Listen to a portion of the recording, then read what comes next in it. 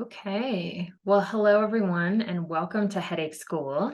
Today, we're going to talk about what you need to know about migraine and breastfeeding. And apparently, my dog would like to listen to our conversation today as well. My name is Carly Pippitt. I am a family physician, and I have been seeing patients in the headache clinic for probably about 8 or 9 years at this point. This is not going to be an exhaustive list of everything that will come up with breastfeeding and all possible medications. But I hope to talk through some of the reasons why we see migraines and headaches in general, sometimes in that period of time when you're breastfeeding, and what are some resources that you can turn to if you have questions about if a medication is safe for you or not. This information is always changing, which is why I'm giving you these resources so that then you have something more up to date to go to in the future. So first of all, we do know that the menstrual cycle tends to be a trigger for many people with their migraines. So often people will say that they get a migraine either at the start of their period, sometimes in the middle of their period. So we know that the way the hormones change can definitely impact migraines. One of the ways that we seek to treat this is to try to help people not have a period at all or have amenorrhea. So sometimes we do this with birth control pills or different types of contraception that often have a side effect of not having a period at all. So if we can stabilize those hormones, usually by giving people hormones in the form of birth control, sometimes this will actually help with migraines that are menstrually triggered. So as you might imagine, there are a lot of hormonal changes that happen in pregnancy and in that immediate postpartum period as well. So we know in particular that estrogen drops after delivery and continues to go down for about 6 weeks postpartum. It's the same drop in estrogen that we see that happens before people have their period, and that's often thought to be a trigger for migraine. So this makes that 6-week period a little bit more prone to migraines for people. The other hormones that are changing are oxytocin and prolactin. These are the hormones that are helping with bonding and helping to promote breast milk production. These can contribute a bit to migraines. And then newborn babies are not known for sleeping at regular hours or doing things consistently. And as a new parent, there's a lot going on. So sleep deprivation is a really huge trigger for people with migraines in general, and especially with a newborn in the house, sleep deprivation and irregular sleep hours are unfortunately all too common. This is a big change in people's activity levels too. They may be doing things they not in the same activity habits that they were before, get their sort of hours a bit confused, and really be focused on taking care of this new human in their life as they should be. And as you would expect to, this is also a period of stress. Like I was just saying, you're taking care of a new human and trying to make sure that all their needs are met. So all of these factors really contribute to more frequent migraine, to migraine frequency in the immediate postpartum period and when you're breastfeeding. So a question will often come up about, well, so what can I take when I'm breastfeeding and what is safe to take? So many drugs do actually transfer into breast milk. There's different aspects of the drugs themselves that make something more or less likely to go into the breast milk. And I've listed some of those here, but we're not really going to go into details about that. And one thing that's tricky about this is there's not really studies on this area. So we can't obviously ask women who are breastfeeding or ask people who are breastfeeding, hey, can we like monitor and see how the levels go, right? It's the same thing with like pregnancy. So because of some of these ethical concerns, there's not a whole lot of data. So just something to keep in mind, and why, as I said at the beginning, I mostly want to give you ratio or give you references so that you can look into things. What we're looking at to see how much of the medication gets into the breast milk is something we call the milk to plasma ratio. So that's how much ends up in the mother's milk versus in the mother's plasma. And the generally accepted safe level is at 10%. And again, that star there, because like I said, there's not a whole lot of data here, but there's other things to keep in mind, in particular, the age of the infant. I was actually pretty impressed when I was looking into, when I was preparing for this talk, that by 7 months, one of the literature that I found said that most infants are actually clearing drugs similarly to adults, which I thought was pretty impressive that, you know, at a 7-month level, that's what you're seeing. Other things to think about, if you have a premature infant who's very small, their overall body weight is much less, as opposed to when you start getting to a kiddo that's 6, 7, 8 months of age, you're also giving them other things for food besides just breast milk. So as there's other sources of nutrition that will also impact how this ends up potentially affecting your baby or not. But what are things you can do if you're worried about any medication you take? It doesn't have to be a migraine specific medication or a headache medication, but if you're worried about anything, so you can alternate breast and bottle feeding. So if you are breastfeeding, you can, pump, have some supply available so that then you could give a bottle with that breast milk that you have on supply, as opposed to doing breastfeeding. This is a great way to also have other family members get involved in breastfeeding, give moms sometimes a little bit of a break.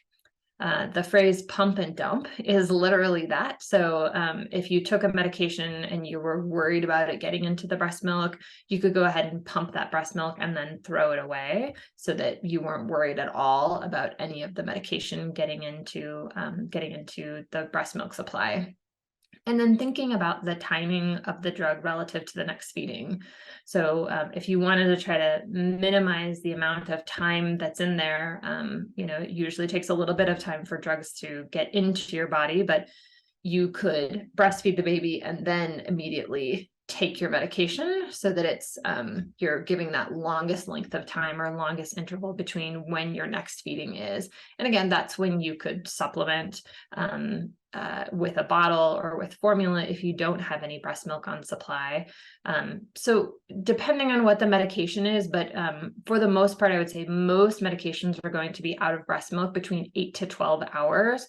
So if there wasn't any data or you were really concerned, that's just kind of a window of time that you can think about, that waiting about that long. Most medications should be out of your system or low enough in your system that they're not really going to be impacting breast milk at all. And then the mode of administration, that will also make a little bit of a difference. If you're doing something that's not oral, sometimes that can get a little bit less into the serum concentration. So let's talk a little bit about specific medications when it comes to rescue. The first couple on this list are things that are over the counter, right? So acetaminophen, ibuprofen, these are things that we know are safe or compatible. This reference, which I'll give you at the end, and I've listed earlier, it's a couple years old now, but they actually took multiple different reference sources and sort of took all those recommendations together and came up with these categories of compatible, probably compatible, potential toxicity, and contraindicated. I've tried to really just list some of the most common categories here. So if by chance the over-the-counter medications aren't working for you, the next ones we think about using for rescue are the triptans. There are 2 triptans in particular that I would say are probably more ideal for breastfeeding. So sumatriptan is the first triptan that was ever approved. So it's the oldest one. It's the one we have the most data for. So definitely would say that's compatible. And then I actually have elatriptan listed first. It's one that we know seems to have the lowest concentration in breast milk. So either of those would be a great option. And the other triptans, they're probably okay. And the key is really just talking to your healthcare provider to let them know what you're taking, how frequently you're needing medication like that. I think all of us would say it would be better to treat someone's migraine as opposed to have you feel miserable, not stay hydrated, not be able to take care of yourself, not be able to take care of your baby. So thinking about a risk benefit sort of category, it would be better to treat the headache or treat the migraine and kind of move on. We do worry a little bit about things like opioids. There's some potential for toxicity. These are common medications that are given in the postpartum period, especially for women who've had a surgical delivery. But they can get into the breast milk a little bit. So something to just be cautious about more than anything. And what you would probably see in your baby is just a little bit more sleepiness or tiredness. Another common category of migraine rescue medications is the barbiturates or medications containing butalbital. So this might be things like Fioricet or Fiorinol. This is another one where the risk is a little bit higher. And so if you can choose another category, that would be a better choice. And worth noting that specifically the ergotamines are absolutely contraindicated and not something that you want to be taking for rescue when you're breastfeeding. The other big category of medications when we talk about treating migraines is prevention. So you've had your rescue medications that you need to take when you're having a migraine. And then the other category is you're having so many migraines, can we do anything to help prevent them? So again, here, those same categories that you saw before, these first two are actually supplements. So magnesium and riboflavin, we know these are compatible. This is totally okay to do in breastfeeding. And then some of the more commonly used oral medications, so all of these are actually blood pressure medications of different categories, except the last one. These are all probably compatible with breastfeeding. Botox is a series of injections that we use for people who are having more than 15 headache days a month and have been that way for a couple months. And this is probably compatible. These injections are done just locally, and you're getting a small amount of Botox over the face, the head, the back of the neck, and upper shoulders. You probably get a little bit of bloodstream absorption with that, so something to keep in mind. But just given the way that this is delivered, something that's probably compatible. So again, just making sure you're talking to your provider, letting them know that you're breastfeeding. Something to always bring up. It should be a question that your healthcare provider should always ask, but it is information that is a good thing for you to volunteer. I always try to think about people in their childbearing years as potentially being pregnant or potentially even trying to conceive. And so just always trying to think about what would be safe in this situation, what's that we don't want to have to change if we get you well controlled. And I did want to put a list on of things that I would suggest avoiding. So the first one listed on here is aspirin. And the concern with this is more with high dose aspirin. So you can see the little asterisk after that. There are some medical conditions or special circumstances where you might need to be taking a low dose aspirin, and that's okay in breastfeeding. It's the higher dose aspirin, where if you look at any aspirin bottle, there's something called Reye syndrome, REYE, and that's the concern. So just again, making sure you're talking to your healthcare provider, letting them know. I've already talked about the ergotamines and butalbital as medicines that are unsafe. And then I wanted to specifically call out some of the newer classes of medications, so the dietans and the gepants. These we use for rescue and some even for prevention, as well as the calcitonin gene-related peptide monoclonal antibodies. The majority of these are the once-a-month injectable. They're just newer, so we don't really know. It's just something we don't have data for right now. I imagine with time, we are going to get a little bit more data. So for now, these are things I would avoid. One of the things I often say to people when they're pregnant is when we're talking about risks and benefits of medication, if you don't want to have to look back and say, did my medication do this, or did some action I do cause this outcome, just really trying to avoid things that we don't know about it if we can't help it, because we do there are some other options and other things we can try. So trying to avoid those. There's a few non-pharmacologic options. I'm going to talk about some devices first. And again, because of their mechanism of action, all being external, nothing that you're taking internally, these would be considered safe in breastfeeding. Most of these are FDA approved for migraine, but not always covered by insurance. So sometimes the cost of these devices is actually what limits their use more than are they actually useful. So the SABI device is a transcranial magnetic stimulator. You can see that goes on the back of your head there. The Cephaly device has been around for quite some time and goes on your forehead. And then the Neurivio, the Cephaly and Neurivio are also neuromodulators, external nerve stimulators. And then the GammaCore Sapphire, this is a vagal nerve stimulator that was initially approved for cluster, but has since been approved for episodic migraine. Now, I probably wouldn't use any of these while you were breastfeeding. Some of these, clearly your hands are occupied, but something that you could consider if you wanted to try something that you weren't worried at all that none of it was getting into breast milk. And of course, there's other non-pharmacologic treatment as well. We talk about this with all migraines. So especially when you're breastfeeding, really making sure that you're staying well hydrated. We know this is important for breast milk supply and production. It's also really important for migraines. Getting dehydrated is a common cause for migraine. Sleep, as much as you can. Like I said earlier, that may not be an easy thing when you're trying to care for a new human in the world, but trying to work with your partner, working with other people who are supporting you, so that you can get some good solid sleep to try to help minimize your migraine frequency. And then just some of the other stuff we talk about with taking care of yourself, making sure that you're eating regularly, that you're not skipping meals, that you're getting out and being active. I'm not saying that anyone needs to be running a marathon or lifting weights, but you're getting up, you're walking around, you're getting outside, doing things like that. And then never forget how powerful things like mindfulness can also be with just helping reset pain and just kind of reset where you are at that moment and see if that can help a little bit treat pain or discomfort. One of the resources that I always go to is something called Mother to Baby.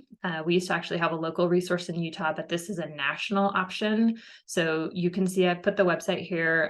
So it's mothertobaby.org. They actually will chat. So that little get help box in the corner is a place you can chat. And then you can call. So what they'll do is that this happens a little bit more in pregnancy, but someone perhaps doesn't realize that they're pregnant and they're on a medication. And so they're actually gathering all of these case reports, any data that comes through, so that then if I have someone who comes into my office and is pregnant and wasn't expecting to be, and maybe is on a medication that I'm not sure about, this is who I actually call and ask, because many medications are not actually updated in terms of being more safe. If anything, I think sometimes medications the data about them is updated only like, oh, this is really bad, you shouldn't be on this. But it's hard to sometimes find those references where, oh, there were five people who ended up being pregnant. This is what happened.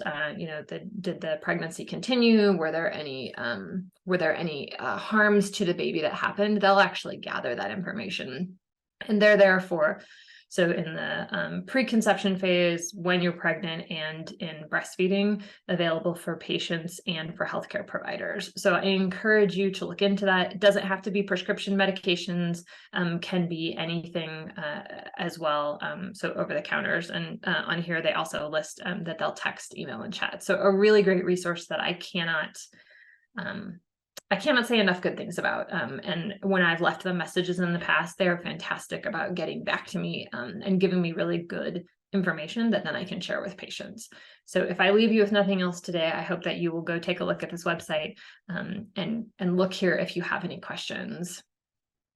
A couple of other references for you. The American Migraine Foundation always has information.